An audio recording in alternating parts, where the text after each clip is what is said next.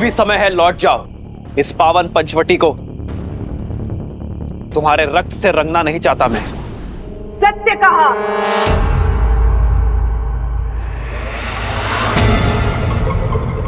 पंचवटी में हुए मेरे अपमान की गाथा राक्षसों के लहू से नहीं, तुम्हारे रक्त से धोई जाएगी। राम, तुम्हारा लक्ष्मण और तुम्हारी सीता जीवित होते हुए भी नरक भोगोगे। तुम्हारे भाई ने जो मेरी ये दुर्दशा की है, उसका प्रतिशोध लूंगी मैं।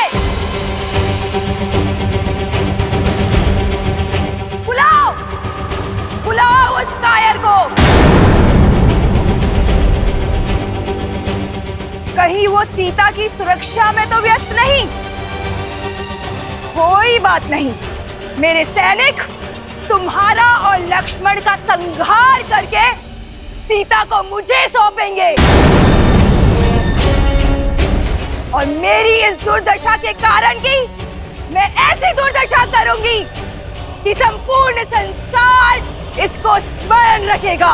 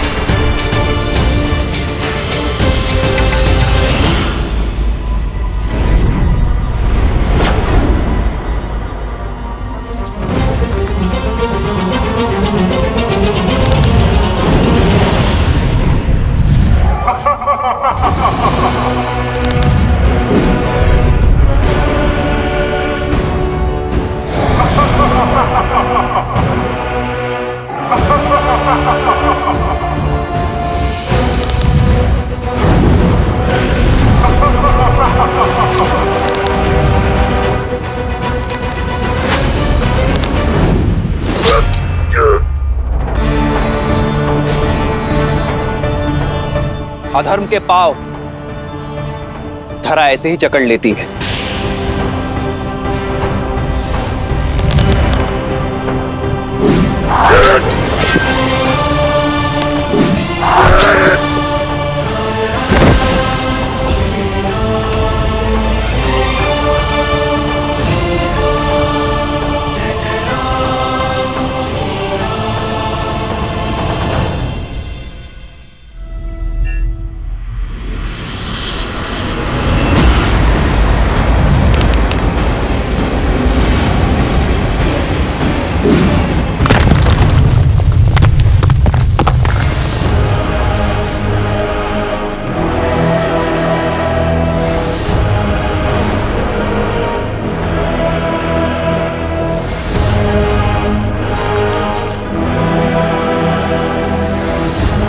परमपति के नाशक, अब तेरा नाश मेरे हाथों होगा।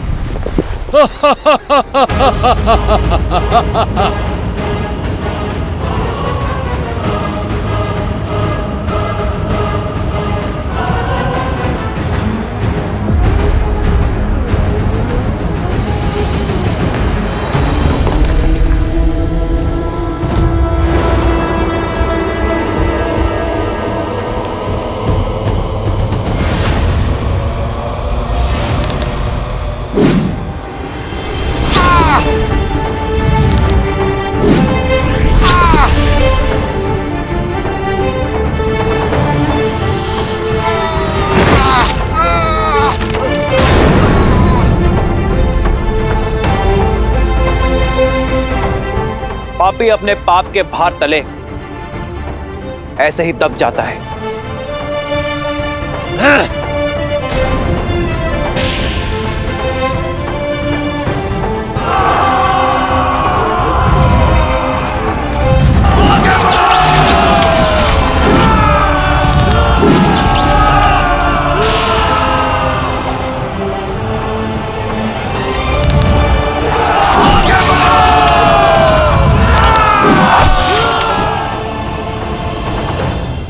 ऋषिरा, अब बल का नहीं बुद्धि का प्रयोग करो। अपनी शक्तियां लगाकर पता करो कि इस राम ने उस सीता को कहां छुपा के रखा है।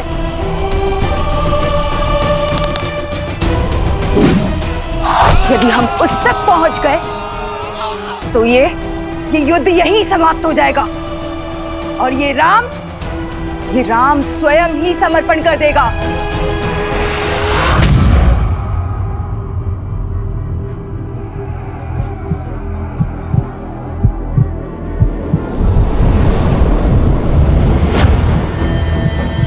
हे माता, आर्या की रक्षा करना।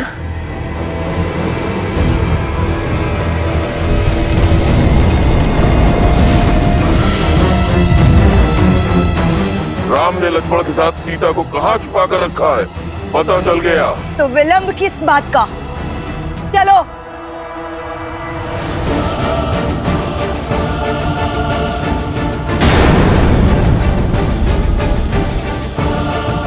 ये तो गुफा की ओर जा रहे हैं। इन्हें सीता तक पहुंचने से रोकना होगा।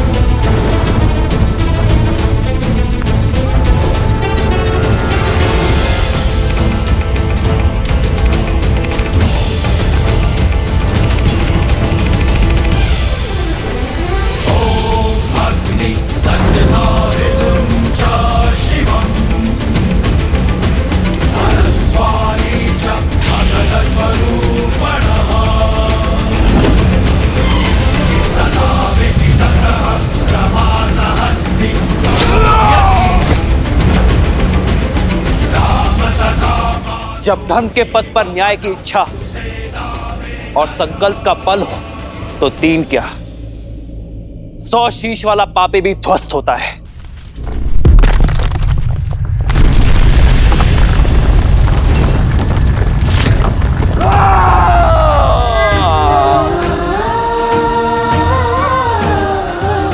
लक्ष्मण भैया, बाहर इतना कोलाहल हो रहा है, सब ठीक तो है ना? भाभी माँ, वहां राम भैया है जिनके समक्ष स्वयं काल तक टिक नहीं सकता, तो अब थोड़ा कोलाहल तो होगा ही ना। आप निश्चिंत रहिए।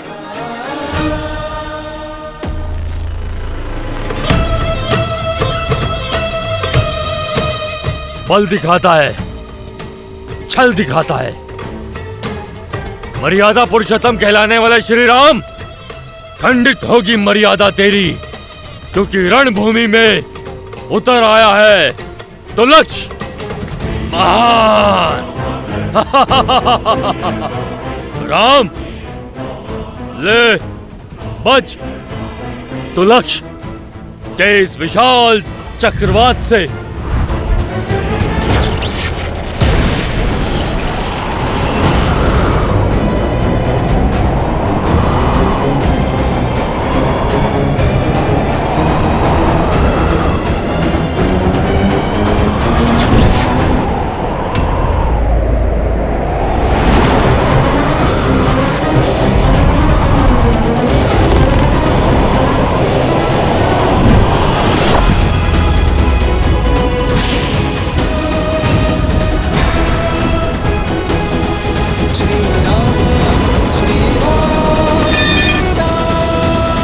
कब तक बचोगे वनवासी?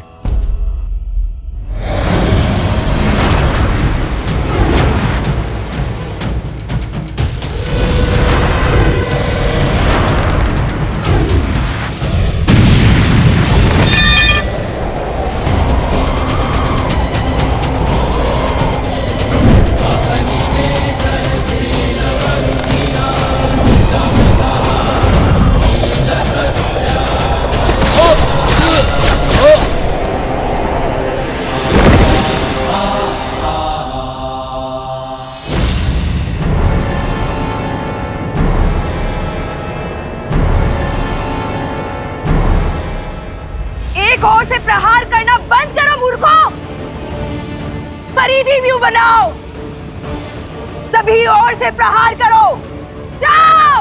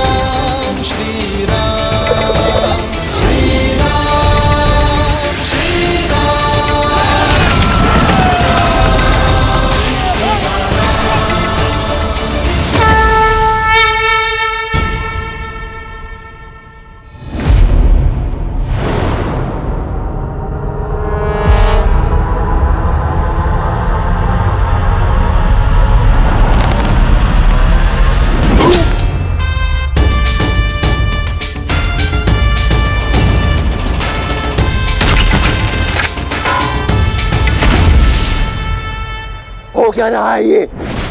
एक एक करके हमारे सारे वीर धराशायी हो रहे हैं। कुछ राक्षसों की मृत्यु देखकर उद्देश्य भूल तो नहीं गए खर? राक्षस है हम, लंकेश के सेनापति दूषण, वयम रक्षम। अब तक दूषण का नाम सुना होगा, आज मेरा शौर्य देखो राम।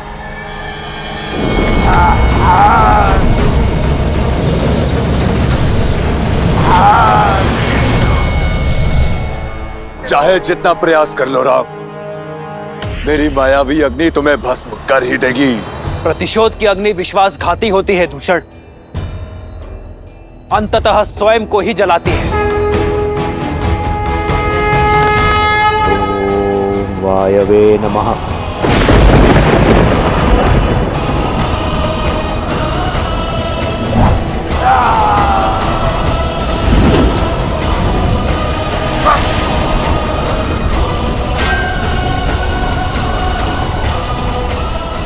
दूषण, मेरे भाई,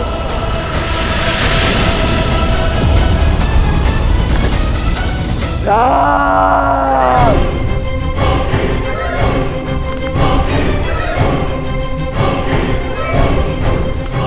अब मेरी बहन के अपमान का ही नहीं, मेरे भाई के प्राणों का मूल्य भी चुकाना होगा राम। तुम्हारा विनाश तुम्हारे समक्ष खड़ा है। नेत्र खोलो खार और देखो कि विनाश किसके सामने खड़ा है। अभी भी समय है, लौट जाओ और अपने पापों का प्रायश्चित करो, अन्यथा ये प्रतिशोध की ज्वाला तुम्हें भी निगल जाएगी। देखते हैं कौन किसको निगलता है।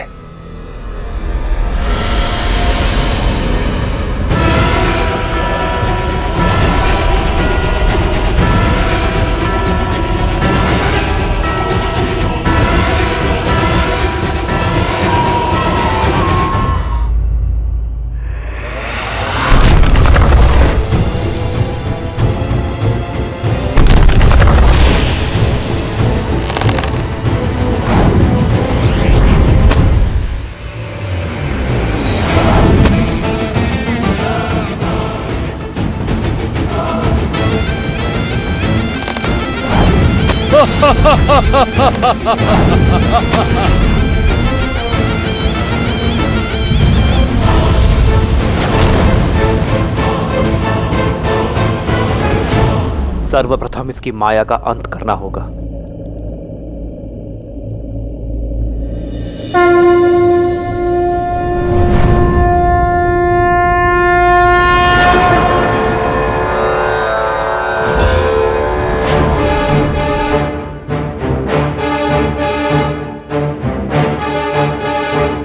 विराजयस्त्र विश्वजिते धनाजिते सर्वजिते सत्राजिते ताउर्वराजिते अश्वजिते गोजिते अब्जिते हरिंद्राय सोमम यजातया हर्यतम।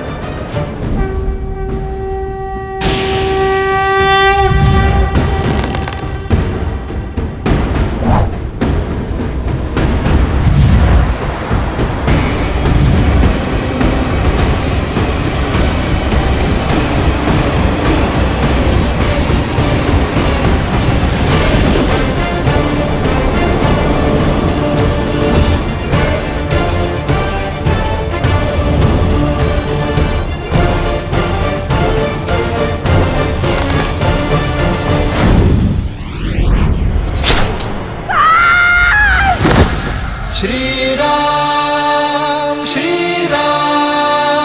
जय जय राम श्री राम। अभी ये युद्ध समाप्त नहीं हुआ है राम। मैं शांत नहीं बैठूंगी, प्रतिशोध लूंगी, प्रतिशोध लूंगी। लंकेश की बहन हूं मैं।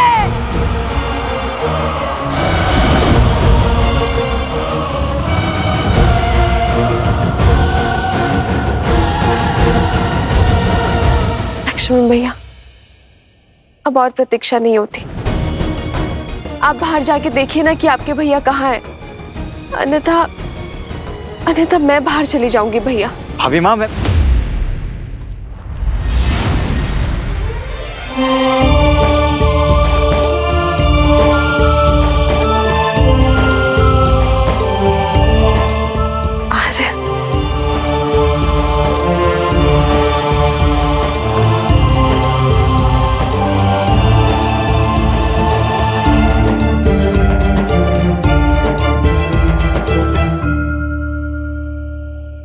मैंने कहा था ना सीता, मुझे कुछ नहीं होगा, मैं अपना ध्यान रखूंगा।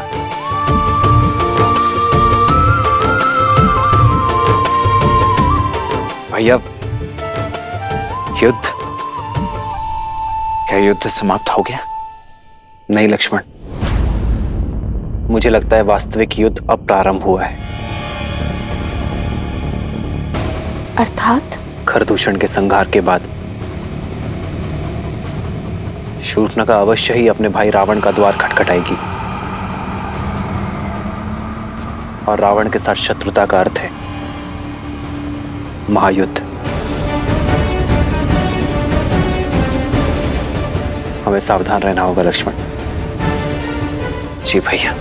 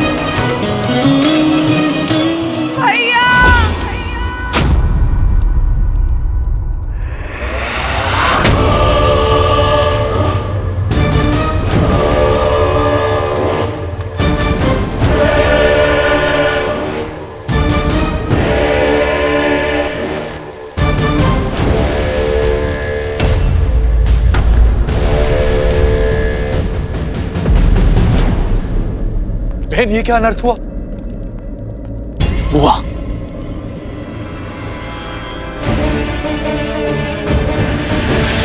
ये क्या अनर्थ हुआ?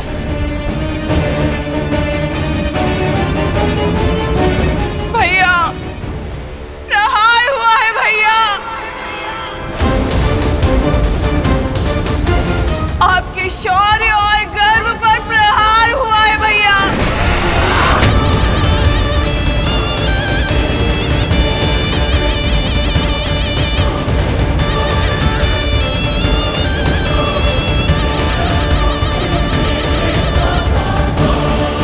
जिस बहन ने आपके लिए अपने पति को खो देने का शोक तक नहीं मनाया,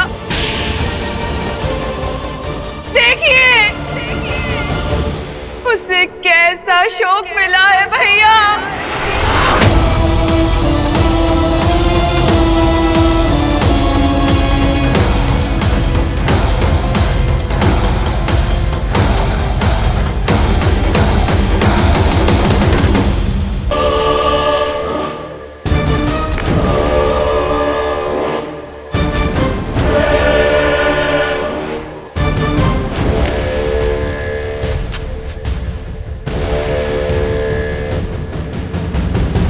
भैया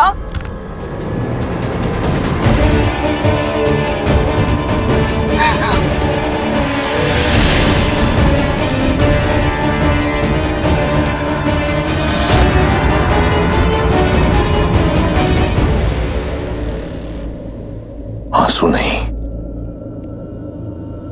उत्तर चाहिए मुझे, उत्तर चाहिए मुझे। वो नाम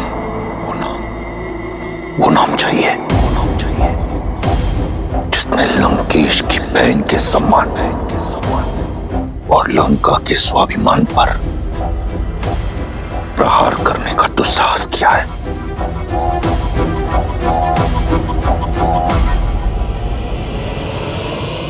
और मुझे प्रतीकार, उस उद्दंडी का संहार, उस राम का सर्वनाश चाहिए मुझे भैया।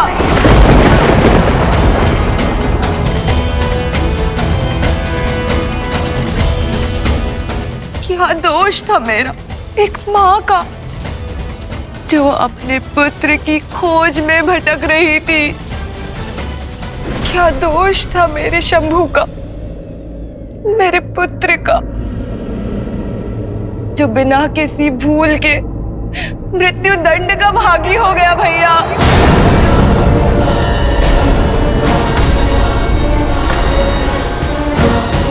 शंभू। हाँ भैया, मार डाला उन वनवासियों ने आपके लंकेश के भांजे को।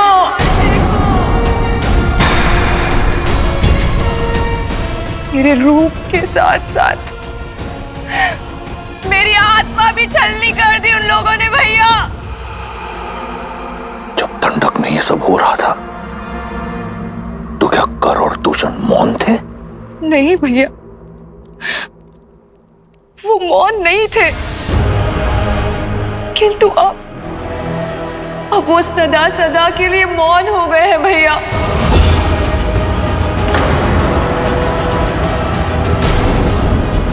जब खर और दूषण भैया इस पाप का कारण जानने उनके पास गए तो उन दुष्ट वनवासियों ने उनके साथ साथ हमारे 14,000 असुर संबंधियों का भी संहार कर दिया भैया।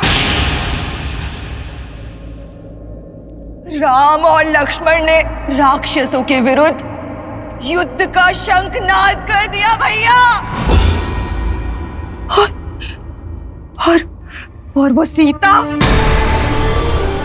मेरा आपकी बहन का अपमान देखकर प्रसन्न हो रही थी भैया। मुझे प्रतिकार चाहिए भैया, प्रतिकार चाहिए भैया।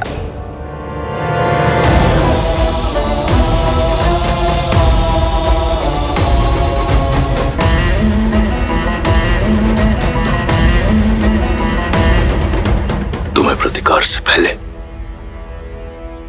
उपचार की आवश्यकता है शूर्पणखा।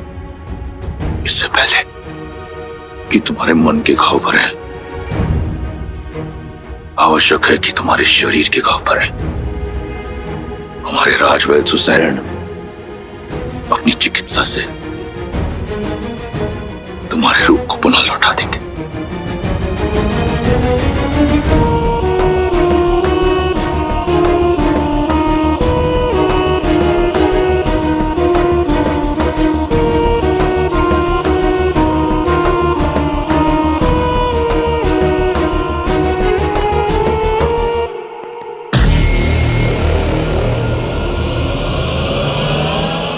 स्मरण रहे, जो इस कक्ष में बीता है उस पर कोई संवाद, कोई चर्चा नहीं होगी। मेरे बहन के इस अपमान की चर्चा अगर इस कक्ष के बाहर निकली तो उस वनवासी से पहले मैं तुम सबके प्राण हर लूंगा।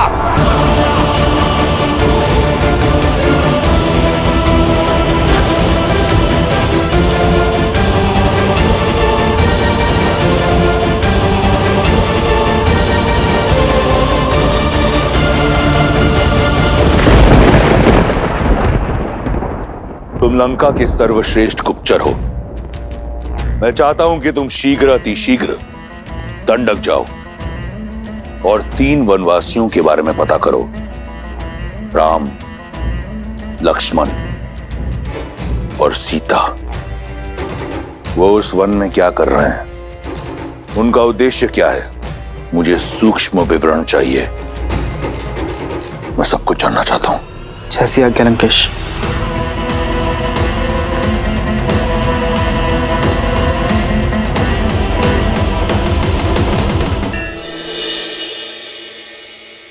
आओ सीते।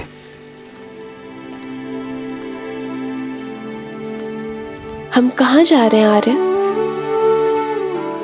कल जो हुआ उसके बाद तुम्हारे मन में उपजे भय से मैं परिचित हूं सीते।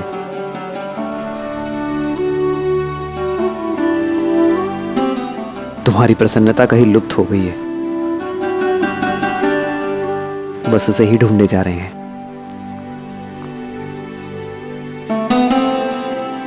और मुझे विश्वास है कि अपनी सीते की प्रसन्नता में ढूंढ लूंगा। आओ।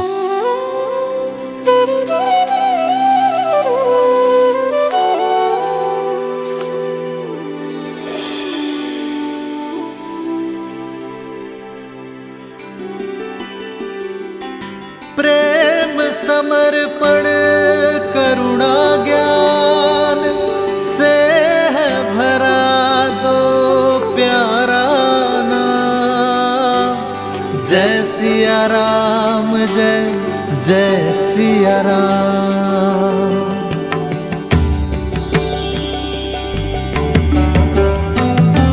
राम है लोचन, सीता दृष्टि, राम है अद्भुत। सीता वृष्टि, राम सियासा। शांति नीति के इस भयानक वन में इतना सुंदर स्थान भी हो सकता है। देखा, लौट आई ना तुम्हारी प्रसन्नता। अपने इन भावों और प्रयास से आप मेरे मन को आनंदित कर ही देते आ रहे। कैसे वनवास के इस जटिल समय को आपने अपने समर्पण से कितना सरल बना दिया। तुम भी तो मेरा हर पल सुंदर बना देती हो सीते। अपने प्रेम से ही तो तुमने इस वन में स्वर्ग बसाया है।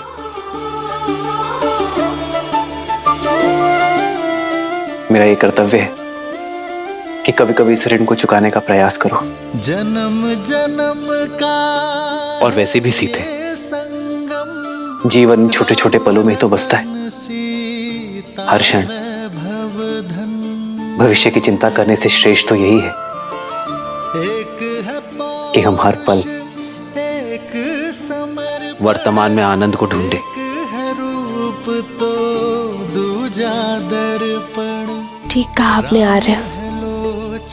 मैं इस आज को, इस क्षण को, इस प्रेम को सजो लेना चाहती हूँ जीवन भर के लिए।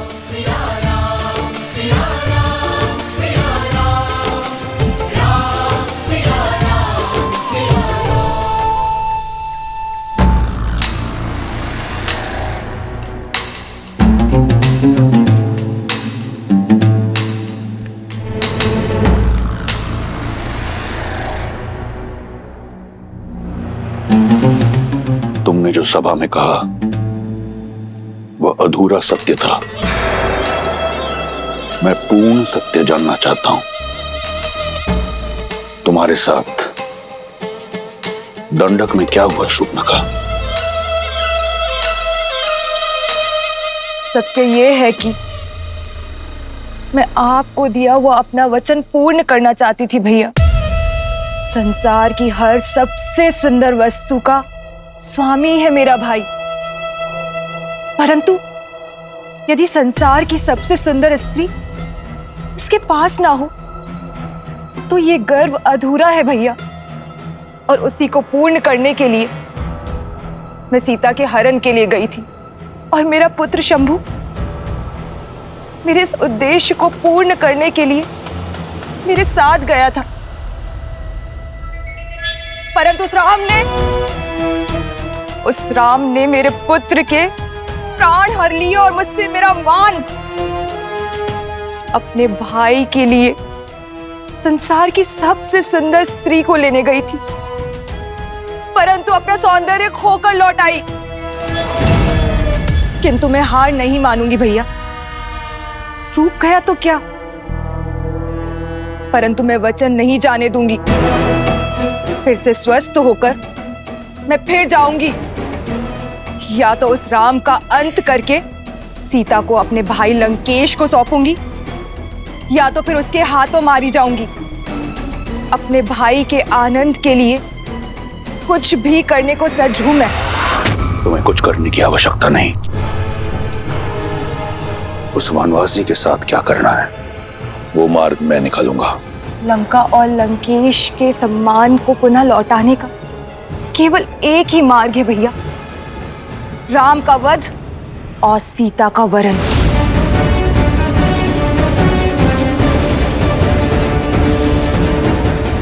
अपने बलिदानों के बदले केवल और केवल अपने भाई की प्रसन्नता चाहती है ये बहन।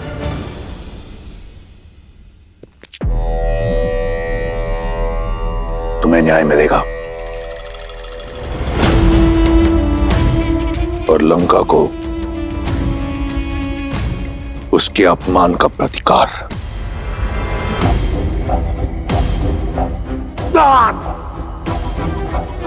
जो तुम्हारा नहीं है उसे पाने की लालसा छोड़कर जो है उसी में संतुष्ट रहना सीखो।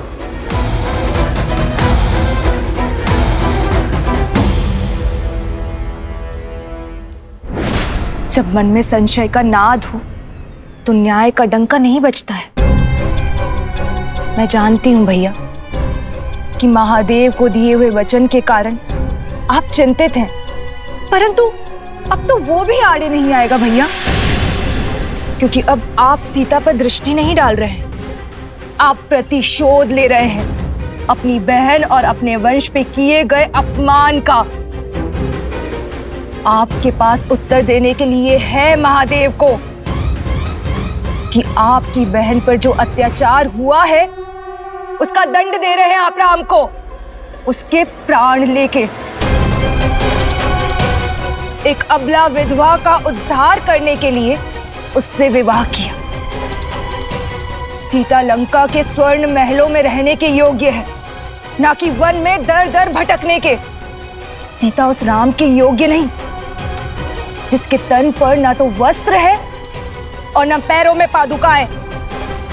भैया, आप एक स्त्री को उसका अधिकार दे रहे हैं। एक स्त्री होने के नाते मुझे पूर्ण विश्वास है कि इस उपकार के बदले सीता सदा आपकी ऋणी रहेगी। हमें शीघ्र उत्तर देना चाहिए पिताश्री।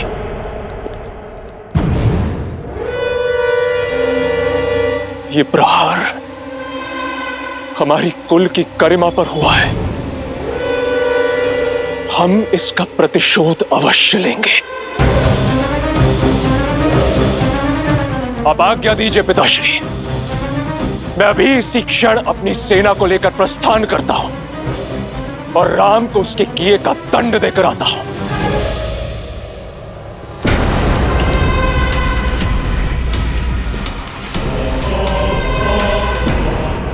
मुझे तुम्हारे शौर्य पर गर्व है।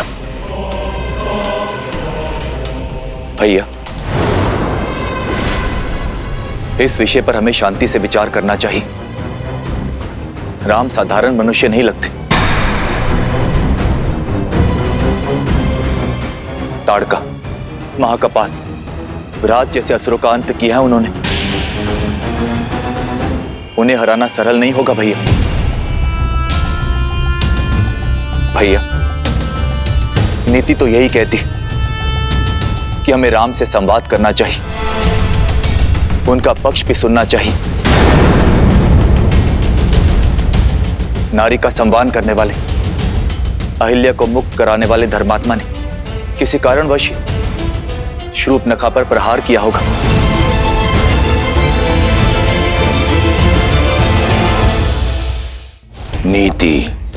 नीति ये नहीं कहती कि तुम उस राम को धर्मात्मा कहो। मूर्ख।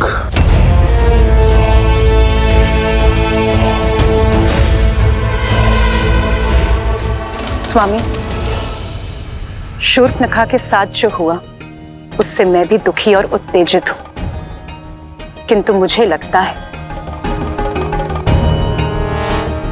कि सत्य उससे अधिक बड़ा है जितना शूर्पणखा ने बताया।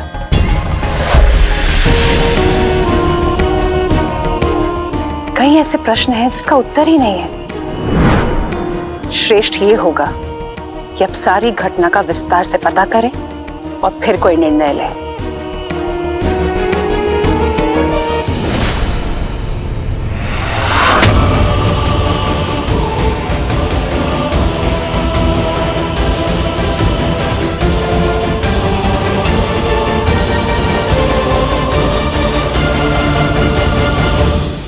दो 210, 211, 212।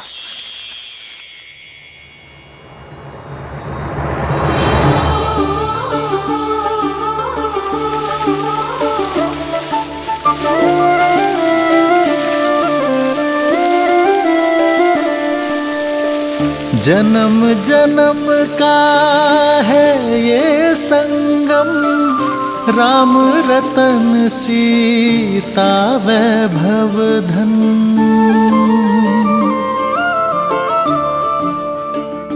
213, 214, 215, 216, 217।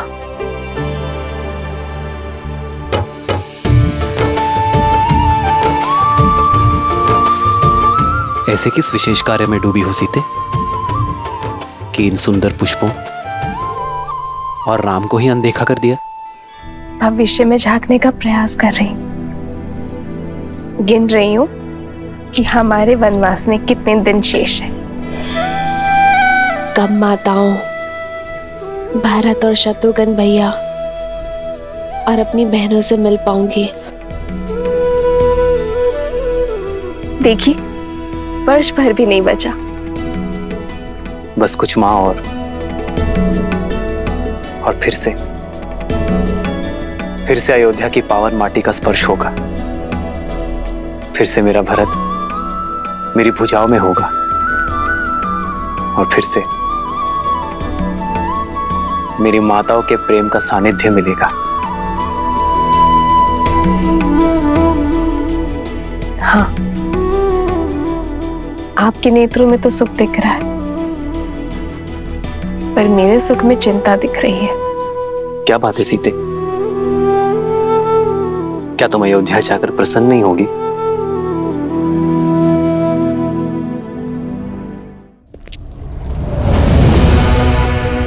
इस विशेष कार्य पर जा रहे हैं लंकेश। अचानक कहां प्रस्थान कर रहे हैं? वार शूर्पणखा की नाक पर नहीं, लंका के सम्मान पर हुआ है। लंका और लंकेश के सम्मान को पुनः लौटाने जा रहा हूं। बिना सेना के उसके विरुद्ध लड़ने जा रहे हैं जिसने हमारे 14,000 राक्षस संबंधियों का संहार कर डाला। स्मरण रहे, तुम लंकेश, दशानन, रावण से बात कर रही हो। वो रावण काल जिसका दास है, जिसकी नाभि में अमृत का वास है, साधारण दिव्यास्त्रों से उस तुच्छ मनुष्य ने 14,000 राक्षसों का संहार किया होगा, परंतु 14 लोकों के स्वामी के समक्ष टिक नहीं पाएगा वो। महाबली गज भी एक छोटी सी चींटी के सामने धराशायी हो जाता है लंकेश।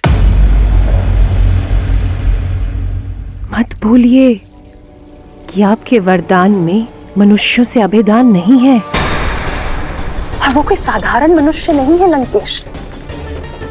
श्रेष्ठ यही होगा कि आप मेघनाथ को साथ लेकर जाइए। आखेट पर श्वान को लेके जाया करते हैं मंदोदरी, सिंह को नहीं। मैं जिस कार्य के लिए जा रहा हूं उसके लिए मेघनाथ की आवश्यकता नहीं, उस श्वान की आवश्यकता है जिसे मैंने इस दिन के लिए पाला है।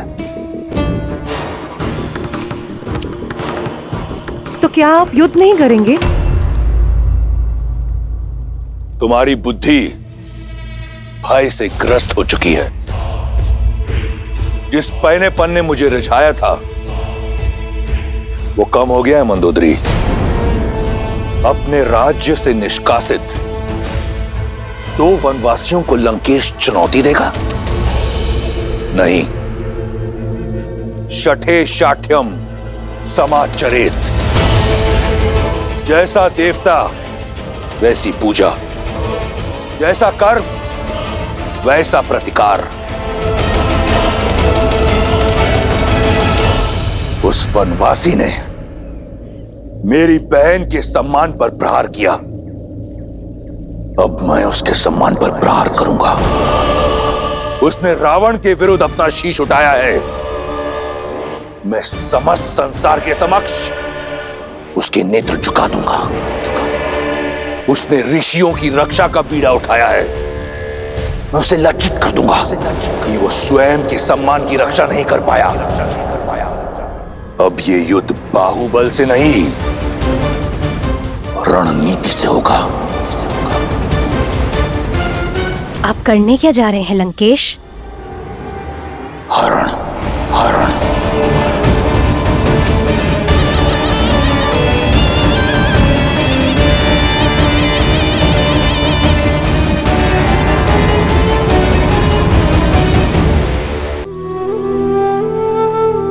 क्या तुम अयोध्या जाकर प्रसन्न नहीं होगी?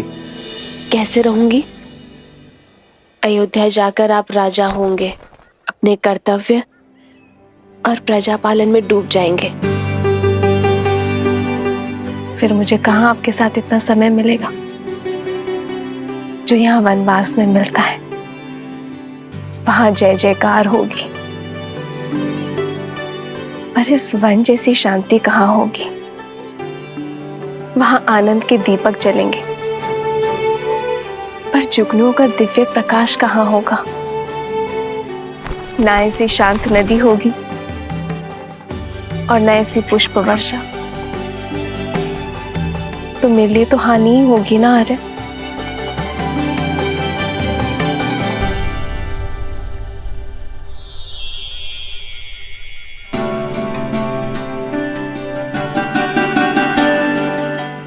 मैं तुम्हें वचन देता हूं सीते कि मेरी सीता को ना ही मेरी कमी खलेगी और ना ही मेरे समय की। ये राम सदा सीता के लिए न्यौछावर है और सदा रहेगा।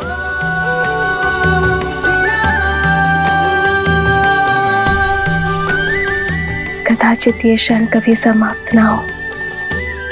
कदाचित मैं जीवन भर के लिए ऐसे ही आपके कंधे पर सर रखकर बैठी रहूं, सदा सदा के लिए अपने श्री राम के पास।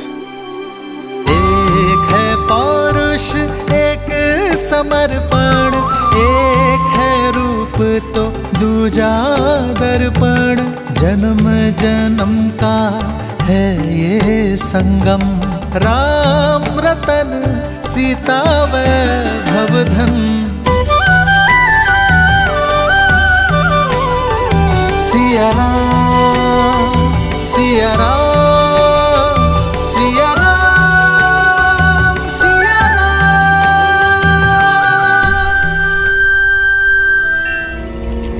राम के सम्मान का हरण करने जा रहा हूं। उस राम का वध क्षण भर में कर सकता हूं मैं, परंतु इससे उसे अपने दुखों से मुक्ति मिल जाएगी। जिस राम की प्रशस्ति तुम गा रही थी, उस राम का नाम छीन लूंगा मैं, लज्जा और दुख के सागर में डुबा दूंगा उसे भी और रघुकुल की रीति को भी। धीरे धीरे करके मारूंगा। सबसे पहले मैं उसकी सबसे प्रिय वस्तु छीन लूंगा।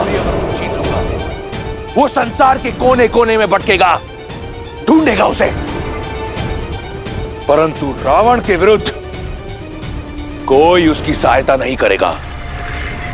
निराशा और ग्लानि से पहले वो मरेगा, फिर उसका भाई लक्ष्मण, और वहां अयोध्या में उसकी प्रतीक्षा करते हुए उसका भाई भरत स्वतः ही आत्महत्या कर लेगा, बिना एक राक्षस के लहू बहाए।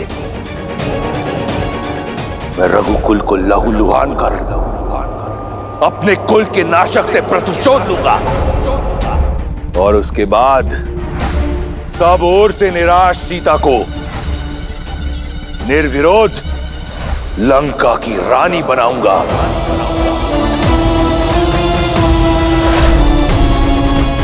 जो कार्य वर्षों पहले स्वयंवर में अधूरा रह गया था, उसे पूर्ण करने को सज हो जाओ। सीता का स्वागत।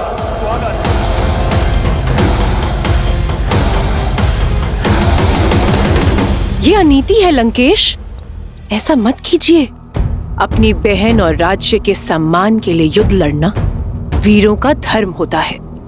आप अपना धर्म निभाइए, अपने अपमान का प्रतिशोध लीजिए।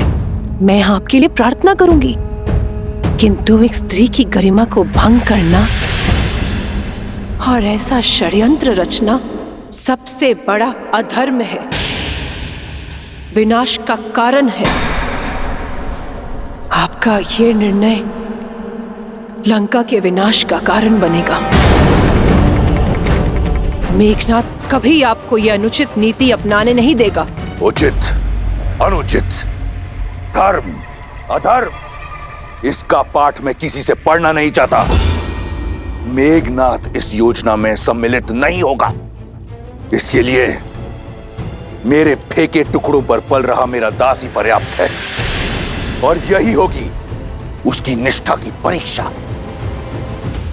नहीं, मैं आपको ये पाप कदापि नहीं करने दूंगी। सावधान! मैंने तुमसे अनुमति नहीं मांगी, और तुम तो क्या, इस संसार में कोई लंकेश को चुनौती नहीं दे सकता।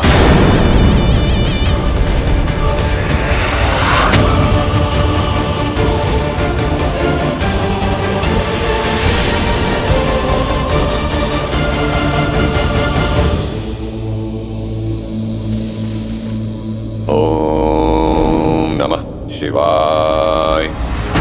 ओम नमः शिवाय। ओम नमः शिवाय। ओम नमः शिवाय। ओम नमः शिवाय।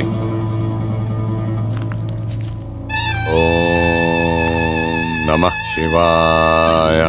मारीच, आंखें खोलो। ओम नमः शिवाय। समझो साधना पूर्ण हुई। कैलाश पति ने ना सही, लंका पति ने तुम्हारी सुन ली। मारीच, शिवाय। यदि एक बार और तुम्हें पुकारना पड़ा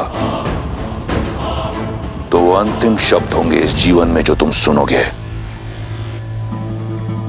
लंकेश महाराज, आप यहाँ? मुझ जैसे तुच्छ सेवक के यहाँ आपको आने की क्या आवश्यकता पड़ी? उद्धार के लिए। अगर सेवक स्वामी के किसी काम आए तो इसमें सेवक का उद्धार होता है। अपने प्रतिकार के लिए मुझे तुम्हारी आवश्यकता है। आपकी सेवा में मुझे सुख मिलेगा, परंतु संसार के सबसे बलशाली वीर को मुझ जैसे तुच्छ की क्या आवश्यकता पड़ गई महाराज? मेरे स्वाभिमान पर प्रहार किया गया है, मेरी बहन के अंग भंग करके उसका अपमान किया गया है, वो भी एक तुच्छ मनुष्य द्वारा। दशानन के क्रोध को ललकार कर किसने अपनी मृत्यु को पुकारा है महाराज? वही वनवासी राम और लक्ष्मण। राम? क्या हुआ मारीच? तुम्हारे मौन में ऋण ना चुकाने का स्वर सुनाई दे रहा है। कोई संकोच है? संकोच नहीं महाराज, संदेह है। मेघनाथ जैसे इतने शक्तिशाली पुत्र के होते हुए मुझ जैसे वृद्ध की सहायता की क्या आवश्यकता पड़ गई महाराज? मेरी इस योजना में मुझे केवल तुम्हारी आवश्यकता है। मैं एक ऐसा व्यू रचूंगा जिसमें राम और उसका परिवार बिना किसी युद्ध के मारा जाएगा। राम दर दर भटकेगा और सीता पर केवल मेरा अधिकार होगा। राम? वही राम जिन्होंने सहस्त्र गजों की शक्ति वाली मेरी मां ताड़का का वध किया था? पुनः सोच लीजिए लंकेश, कहीं ये आत्म सम्मान का युद्ध आत्महत्या ना बन जाए। मारीच, रावण के समक्ष उसके शत्रु की प्रशंसा करना राजद्रोह है। अब तुम्हारे समक्ष केवल दो ही विकल्प हैं, या तो मेरी योजना में मेरा साथ दो, या तो फिर यमलोक के द्वार खटखटाने के लिए तत्पर रहो। क्या विकल्प चुनोगे? सुनना क्या है महाराज, मृत्यु तो सामने देख रहा हूं। लज्जाजनक हत्या पाने से अच्छा है कि मैं वीर गति पाऊं। आपने शरण दी थी, ऋणी हूं आपका, इसीलिए अपनी मृत्यु का भय नहीं, आपकी सुरक्षा का डर है मुझे। जिससे आप तुच्छ मनुष्य समझ रहे हैं, वो साधारण मनुष्य नहीं है, राम है। राम है वो। और मैं रावण, वो रावण काल भी जिसका दास है। प्रस्थान की तैयारी करो मारीच। राधिकार और सीता दोनों मेरी प्रतीक्षा कर रहे हैं। रावण तो आपका भक्त है महादेव। आपकी चेतावनी का पालन करके उसने स्वयं को कितने वर्ष सीता से दूर रखा, किंतु अभी वो इस अनर्थ को करने का क्यों सोच रहा है? जब किसी का नाश समीप होता है तो उसका विवेक उससे दूर हो जाता है। रावण इतने समय तक मौन केवल इसलिए था क्योंकि उसके पास कोई उचित बहाना नहीं था, और अब शूर्पणखा के इस कृत्यों के पश्चात उसे एक अवसर मिल गया अपने दुष्कृत्यों को न्यायोचित ठहराने का। मंदोदरी, विभीषण, उन सब की चेतावनी को अनसुना कर वो एक ऐसे कर्म की ओर बढ़ चला है जो आने वाले समय में समस्त राक्षस जाति का सर्वनाश कर देगा।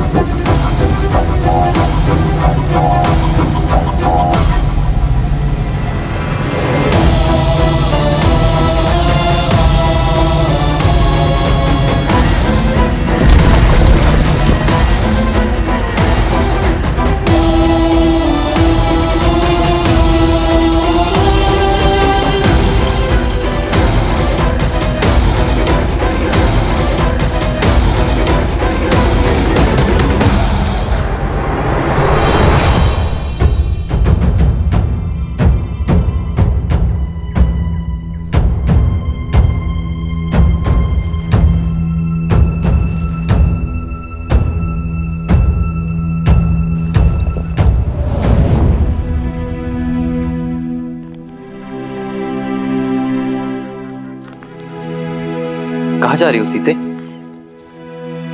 भोजन के लिए जल लेने जा रही हूँ। आओ मैं भी साथ चलता हूँ। नहीं आ रहे, आप क्यों कष्ट करेंगे? जलधारा निकट ही है, मैं ले आऊंगी। कल तो कह रही थी कि अयोध्या जाकर मेरे साथ बिताने को समय नहीं मिलेगा, इसलिए जितना समय हो सके साथ ही रहते हैं। आओ।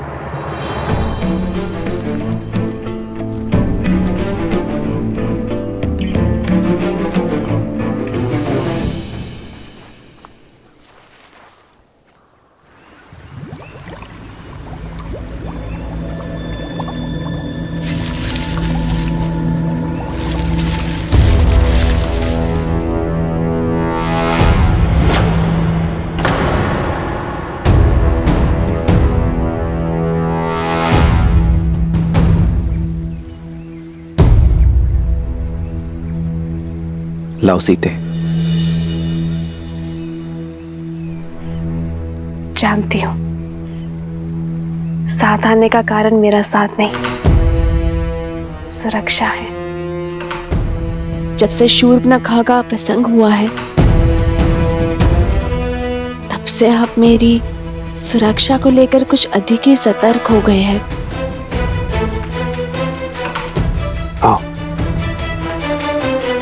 मुझे विश्वास है रावण आपके समक्ष आने की भूल कभी नहीं करेगा, और यदि की तो उसकी दशा भी वही होगी जो आपके सामने आए अन्य असुरों की हुई। मैं जानती हूं कि आप मेरी सुरक्षा के लिए धरती पाताल एक कर देंगे। मेरी शक्ति का आधार तुम्हारा मुझ पर ही अटूट विश्वास ही है सीते।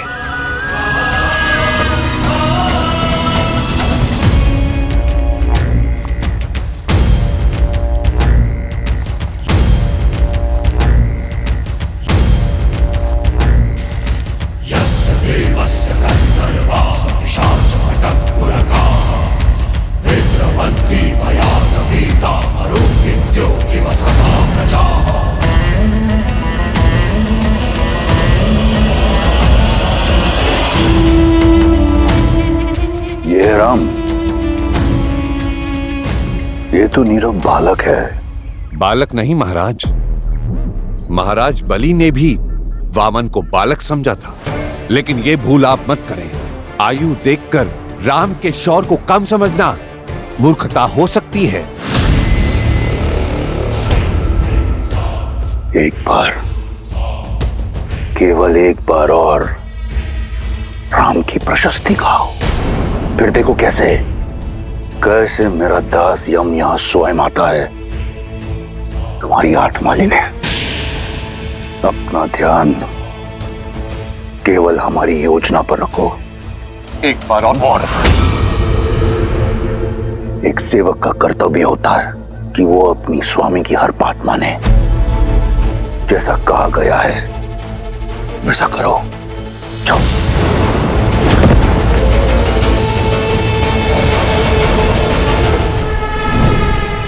अपने अद्भुत सौंदर्य से मोह लो सीता को और दूर ले जाओ बालक राम को सीता से।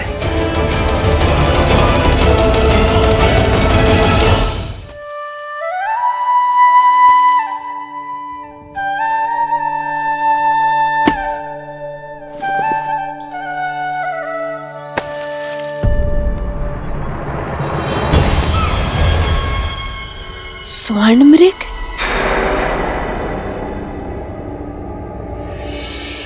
उत्तम, अति उत्तम मारीच। भटकाओ उसका मन ताकि मैं उस बालक को भटका सकूं।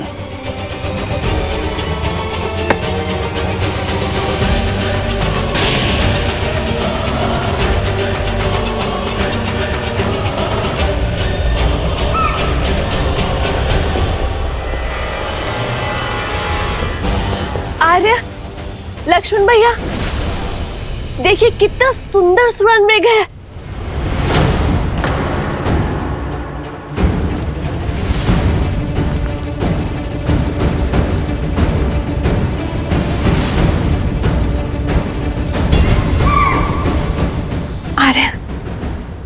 वैसे एक बार स्पर्श करना चाहती हूँ इस वन के हर दिव्य जीव की स्मृतियां अपने मन में बसाना चाहती हूँ। आर्य, क्या आप इस मृग को मेरे लिए पकड़ कर ला सकते हैं?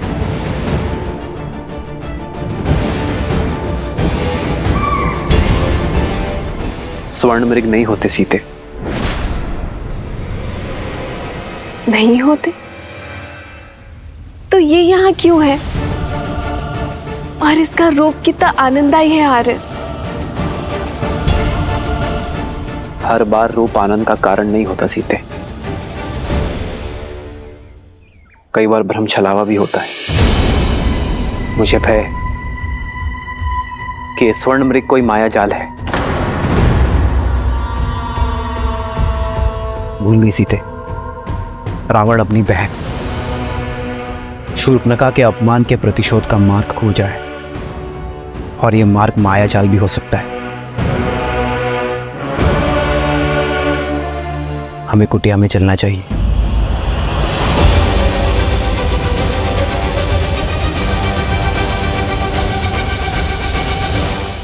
आओ।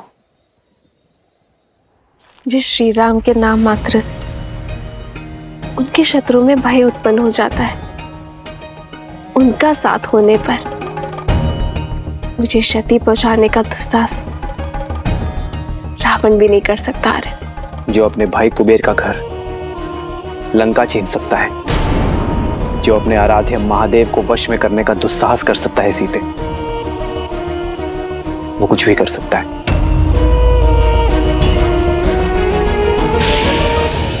हर चमकने वाली वस्तु स्वर्ण नहीं होती सीते। शूर्पणखा का प्रसंग स्मरण है ना तुम्हें? हाँ, पर आर्य, इसका अर्थ ये तो नहीं है ना कि हर सौंदर्य के पीछे संकट की छाया खोजी जाए। आप एक क्षण को सोचिए, यदि ये मायावी ना हुआ तो क्या इस सुंदर जीव का संरक्षण करना हमारा धर्म नहीं है आर्य? मैं इसके सौंदर्य के स्पर्श का अवसर खोना नहीं चाहती हूँ, और जीवन में धर्म और कर्तव्य निभाते निभाते क्षणिक खुशियों को खोना, ये भी तो एक बहुत बड़ी भूल है ना आर्य। और यदि ये मायावी हुआ तो भी आप है ना हर माया को भंग कर सकने में सक्षम। आर्य, इन 13 वर्षों के वनवास में मैंने आपसे कभी कोई कामना नहीं किया आर्य। और यदि आप फिर भी नहीं चाहते कि मैं उस सुंदर जीव के सामीप्य आऊं, तो मुझे स्वीकार है।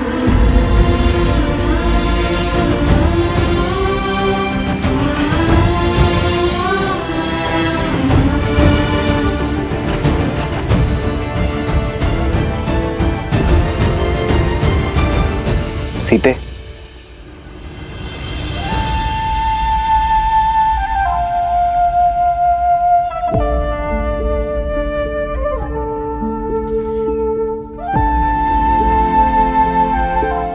अपनी सीता को निराश नहीं देख सकता ये राम। यदि तुम्हारी प्रसन्नता इसी में है तो मैं तुम्हारे लिए स्वर्ण मृग अवश्य लेकर आऊंगा सीते।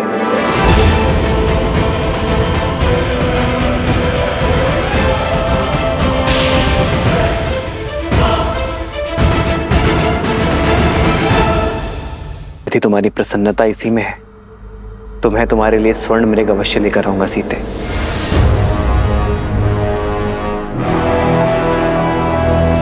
किंतु तुम्हें मुझे वचन देना होगा, जब तक मैं ना लौटूं तब तक तुम कुटिया में ही रहोगी। आप क्यों कष्ट करेंगे भैया? मुझे आज्ञा दीजिए, मैं अभी इस मृग को पकड़ कर ले आता हूं। नहीं लक्ष्मण, सीता ने मुझसे ये मांग की है। एक पत्नी ने अपने पति से आशा की है जिसे निभाना मेरा धर्म है लक्ष्मण, एक पति का धर्म है।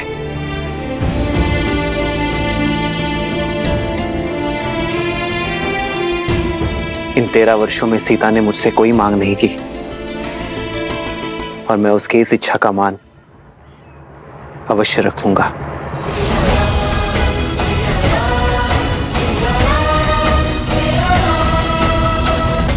लक्ष्मण, सीता का दायित्व मैं तुम्हें सौंप कर जा रहा हूं।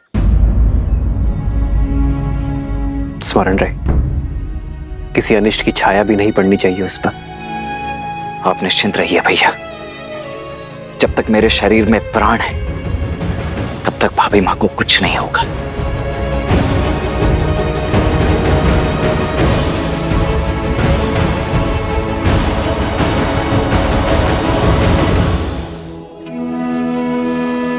माया ठगनी न नर कछु जाने, कपट कहे मन नर न माने।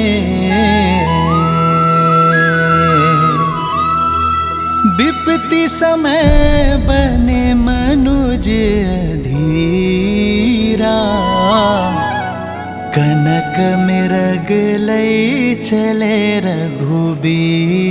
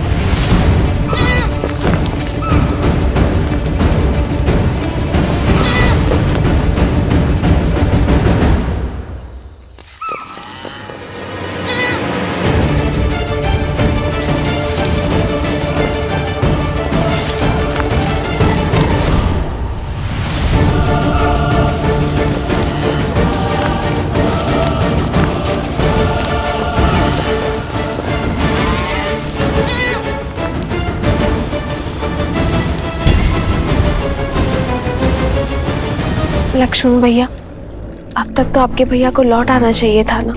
मृग है भाभी माँ, अपनी मृग चाल से कहीं दूर निकल गया होगा। और फिर भैया ने आपकी इच्छा पूरी करने की ठानी है तो वो उसे पूरी करके ही लौटेंगे। आप निश्चिंत रहिए। उनका भय उचित तो नहीं, कहीं वो सच में माया ही हो। यदि वो माया है भी तो भी उस माया के समक्ष स्वयं श्री राम खड़े हैं भाभी माँ, एक महायुद्ध। और फिर भूल गई आप, ऋषि अगस्त्य और गुरु विश्वामित्र के दिए हुए अस्त्र शस्त्र भी तो हैं उनके पास। आप चिंता मत कीजिए, कुछ नहीं हो सकता उन्हें।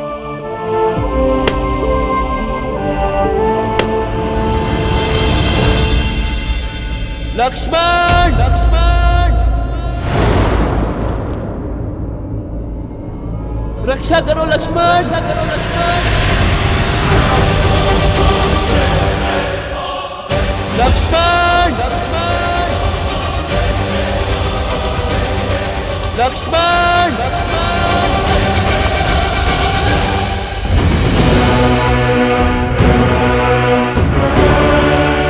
निश्चित ही ये कोई मायावी है।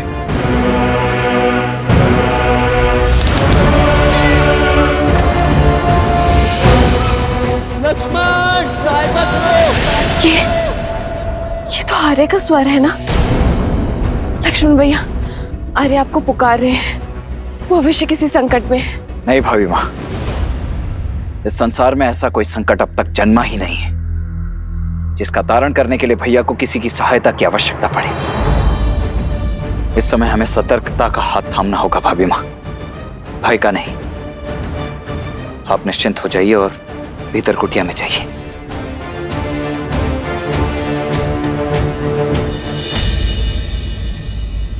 सीते, सीते सहायता करो।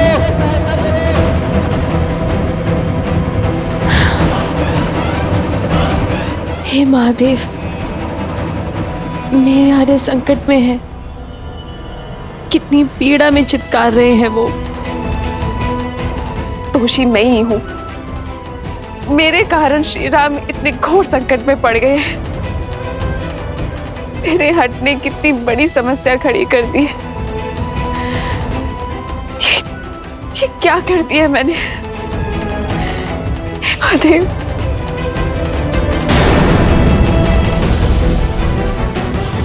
लक्ष्मण भैया, आप अब तक यही हैं।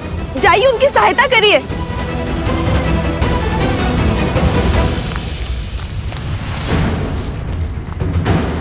लक्ष्मण,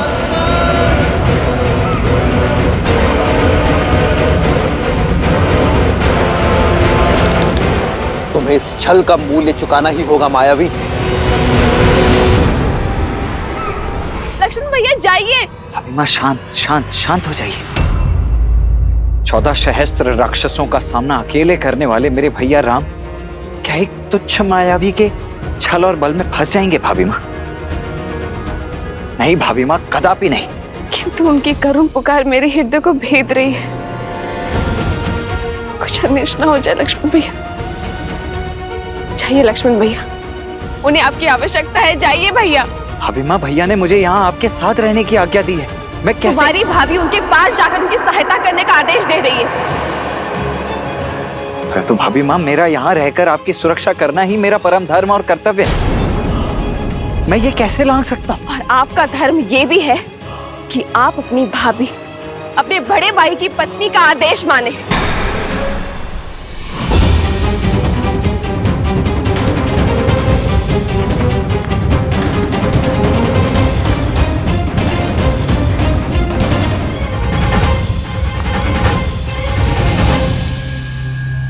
समझ गए, आप भयभीत है ना माया से? जाना नहीं चाहते तो मैं स्वयं जाऊंगी अपने स्वामी की सहायता करने के लिए।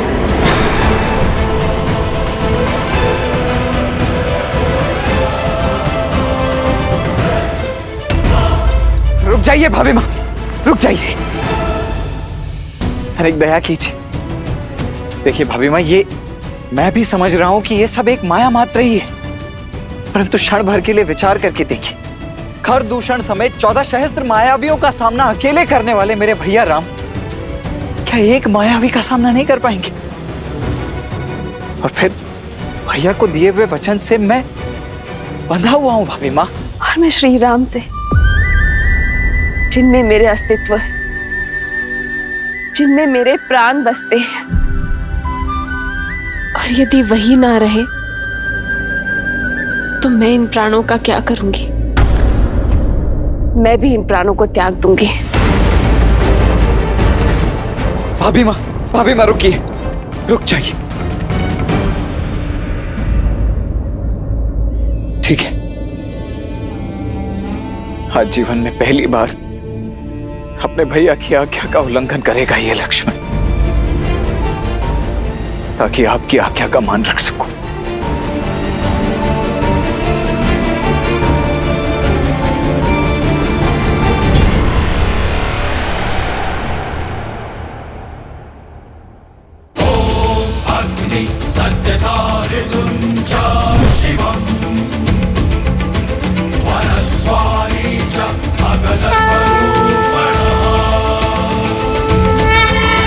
सदा विदितः प्रमादः अस्ति।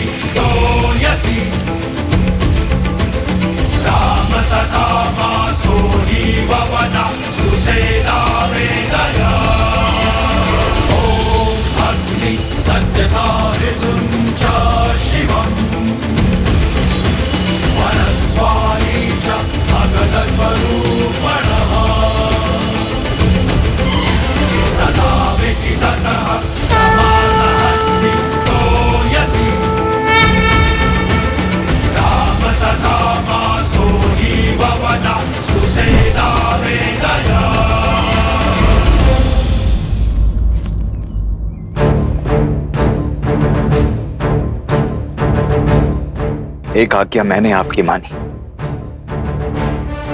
अब कृपा करके एक विनती आप भी मेरी स्वीकार कर लीजिए भाभी मां। इस लक्ष्मण की अनुपस्थिति में ये लक्ष्मण रेखा आपकी सुरक्षा करेगी भाभी मां। ये कोई साधारण रेखा नहीं है भाभी मां। भैया के प्रति मेरी निष्ठा, आपके प्रति मेरा सम्मान और मेरे जीवन भर के तप का बल है ये। जो कोई भी बुरी मंशा से इस रेखा को पार करने का दुस्साहस करेगा, वो जलकर भस्म हो जाएगा। इसीलिए चाहे कुछ भी हो जाए भाभी मां, आप इस लक्ष्मण रेखा को नहीं लांघेंगी। मुझे वचन दीजिए। अवश्य लक्ष्मण भैया। तुझ मनुष्य के तुझ स्वांग, जिस लंकेश को त्रिदेवों की सीमा रेखा न रोक पाई, उसे ये रेखा क्या रोक पाएगी?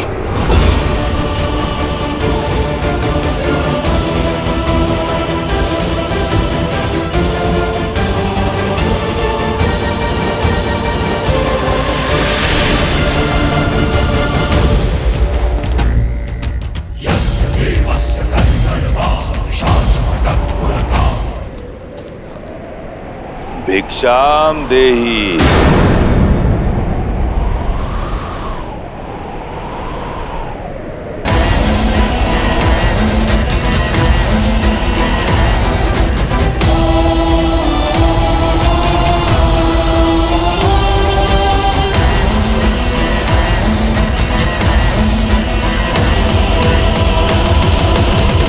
प्रणाम ऋषिवर।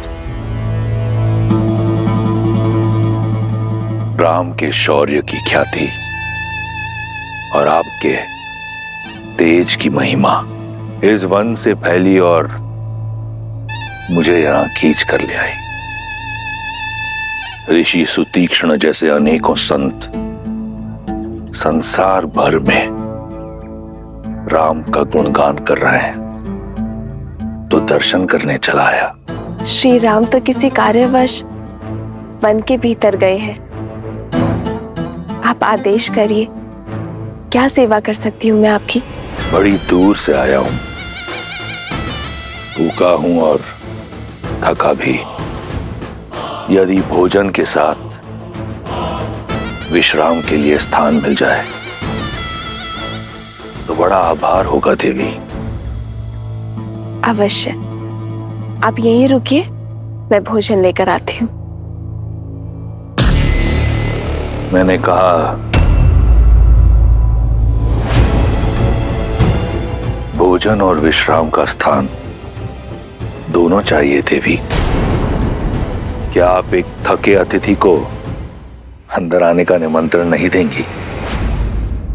क्षमा चाहती हूँ ऋषिवर, मेरे पति और देवर दोनों ही यहाँ नहीं है और उनके अनुपस्थिति में पर पुरुष को भीतर आने का निमंत्रण कैसे दे सकती हूँ मैं? आप उनके आने तक यहीं बाहर प्रतीक्षा करिए।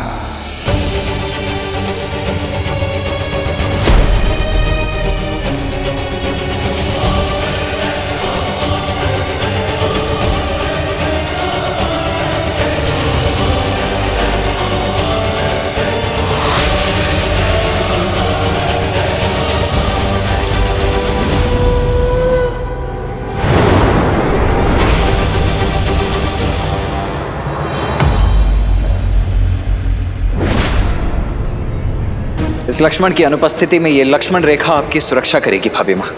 इसीलिए चाहे कुछ भी हो जाए भाभी माँ, आप इस लक्ष्मण रेखा को नहीं लांघेंगी। ये लीजिए ऋषिवर, ग्रहण कीजिए। अब बैठ गया हूं, फिर से उठ नहीं पाऊंगा देवी।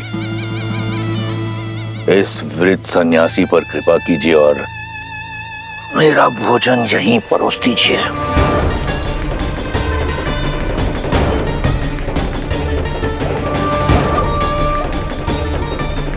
क्षमा चाहती हूँ ऋषिवर, पर मैं वचन की डोर से बंधी हूँ, ये रेखा नहीं लांघ सकती।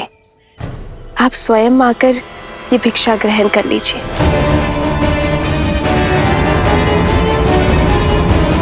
भैया, भैया, भैया कहाँ हैं आप?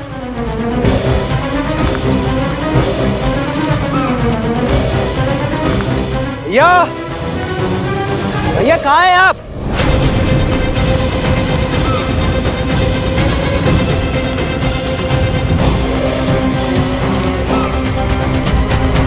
भैया,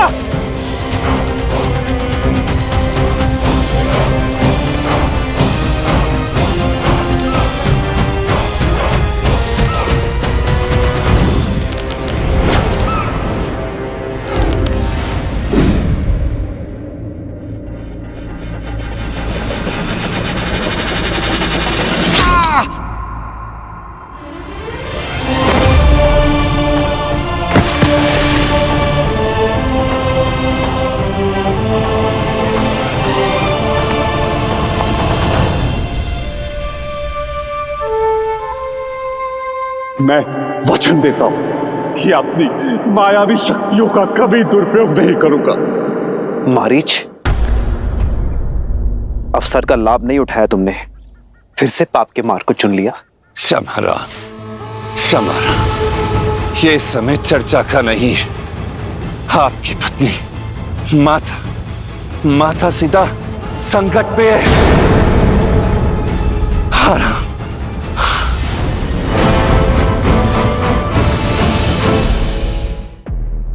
मैं बाहर नहीं आ सकते ऋषिवर, कृपया करके ये भिक्षा ले लीजिए।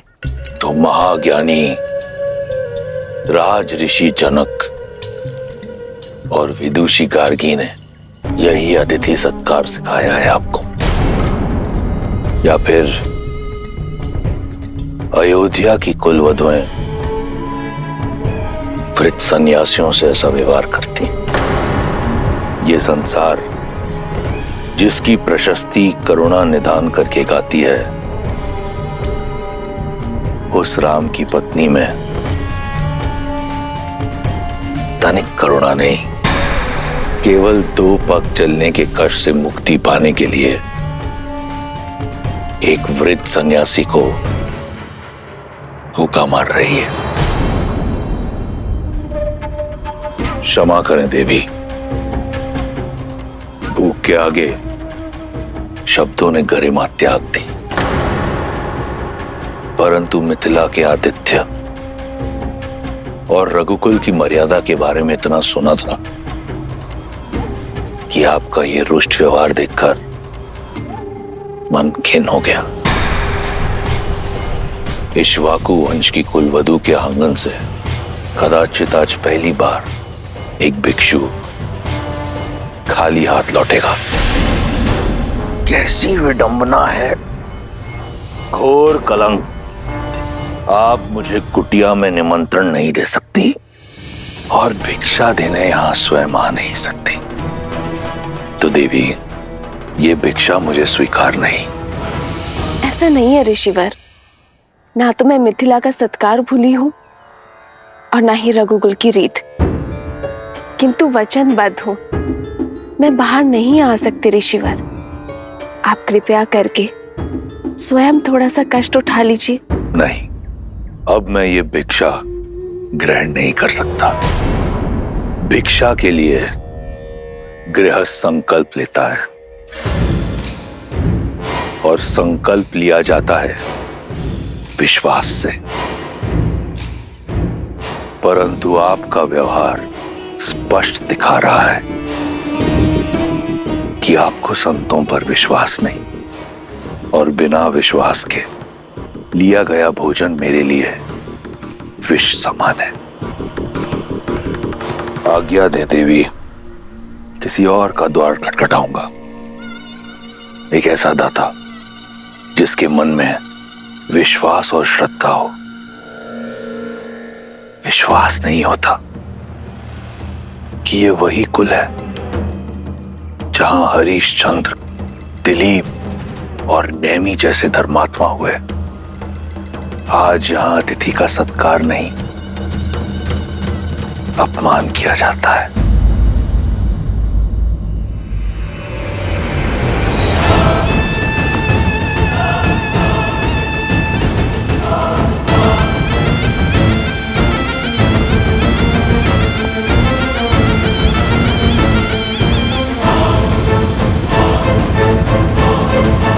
रुकिए ऋषिवर।